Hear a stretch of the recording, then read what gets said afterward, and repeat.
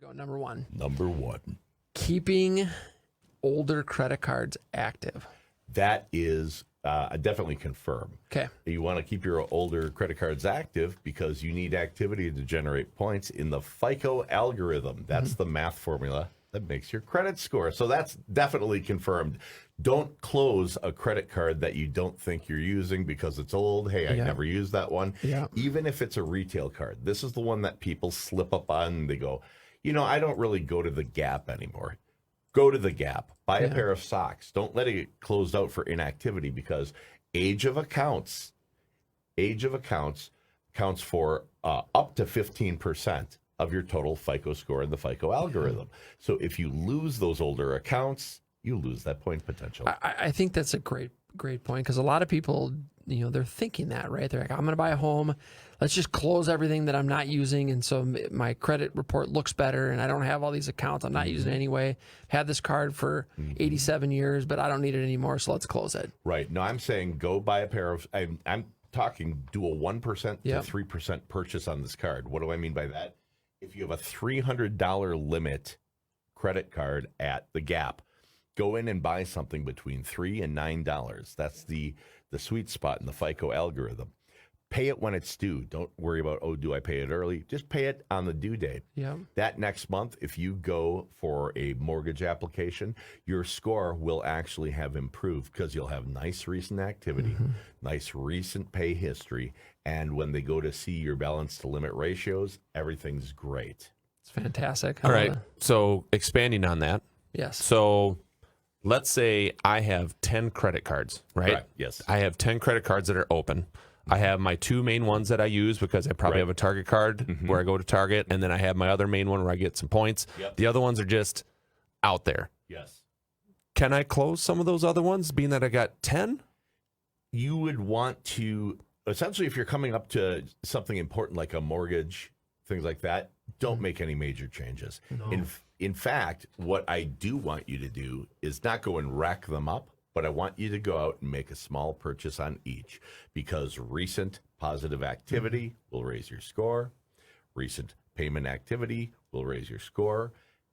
Average daily balance will raise your score, trended, and then trended average daily balance through all of your cards, all of your revolving accounts will raise your score. So I'm not saying get rid of them. I'm saying use them more than you would have, but with very strict guidelines. 1 to 3%. 1 to 3. Just remember 1 to 3, 1 to 3. You can never go wrong. Number 2. Yes. You don't apply for credit a lot. I mean, it's at least twice a week. I'm somewhere. Yep. And there, would you like to save 10%? Yeah. Would you like to save 20% of this purchase? You can get 10% off even if you don't qualify. Yes. And by the way, Kohl's is finally having a sale. Since 1971. Every inquiry is going to cost you between 5 and 15 points off of your FICO score. What's FICO score? That's the score that's used for lending. It's your more score. You want more house, you want more car, you want more credit. They're going to pull a FICO score, okay? So when you go and apply for a credit card, it's not going to hurt. Some people will tell you it's a soft inquiry when what they're thinking they're doing is doing a soft inquiry by only applying to one of the 3 bureaus. Newsflash, that's not a soft inquiry. Basically, even though there are some kinds of soft inquiries out there, always be suspect, err on the side of protecting your score. Every inquiry costs you between 5 and 15 points off of your credit score. Inquiries stay on your credit report for 2 years. They impact your score for 1 year, okay? So you could go to the Mall of America. It's got 500 stores. Of the 500 stores, currently 336 offer credit cards. So what does that work out to mathematically? I don't know. What's 336 times 5? You could wipe out your entire FICO score in an afternoon at the Mall of America. That's crazy. So definitely that is true. Avoid applying for credit.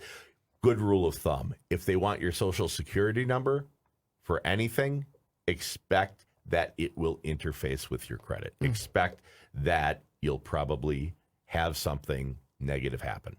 Don't use pre-approved credit cards. Number 4, you don't accumulate high balances on your credit cards. Correct. We talked about That is confirmed. Yes. That is because that's about 30%. You said 30% balanced limit ratio. 1 to 3%. 1 to 3% is what you want. Number 5, you're piggybacking off of family members' good credit. Yeah, piggybacking, adding trade lines, buying trade lines online, being an authorized user. That's what this is. While it will impact your Credit Karma score, because Credit Karma uses Vantage scoring, not FICO scoring, you'll see it go up. You think you're doing this great thing. You're not. In the latest incarnations of the FICO algorithm, they realized, hey, you probably shouldn't get credit for something someone else has done. You know, I mean, if you're going to go that far, you might as well just use their social security number and go out and apply. I mean, if we're taking credit for what other people did, you know, it's like me jumping in a swimming pool and then saying I'm Michael Phelps. No, that's not how this works. So I have an Olympic medal. No, you don't. You literally have water wings on, Jeremy. So it's you're not going to get credit. So that doesn't work anymore. That's busted. No, Yeah. it doesn't work anymore. It's not. No. Yeah. Number 6, you've auto scheduled your monthly bill payments. Auto pay. I'm a big fan of autopilot. Do it. Yep. It's fantastic. We love it. And if you're scared of that, then schedule yourself reminders on your calendar to jump in and do it. Some people are like, I don't. What happens if there's something wrong with my bill? I auto-paid a bill that was wrong. What happens if something's wrong on your bill? Odds are likely there won't be anything wrong on your bill. But what happens if it overdrafts my account? I don't have the money in there. Well, your bank will pay it because they do that these days, and you get a $35 penalty. Yeah. Well, what happens if you don't pay your credit card on time? Well, they'll give you a $25 late fee and a 30-day late on your credit. So you're going to take a punch either way in this scenario. The question becomes, you want it in the shoulder or the groin?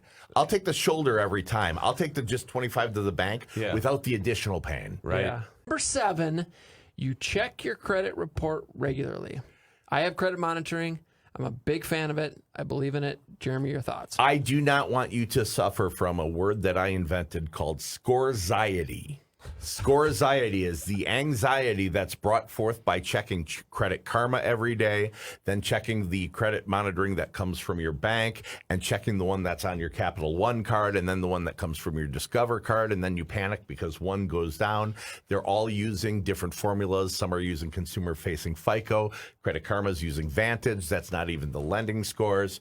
Do not get scorexiety, but do get good credit monitoring. Good credit monitoring. If you go to my 800, the number 800, credit.com, my800credit.com, there's a credit monitoring in there that we negotiated, Credilife negotiated with,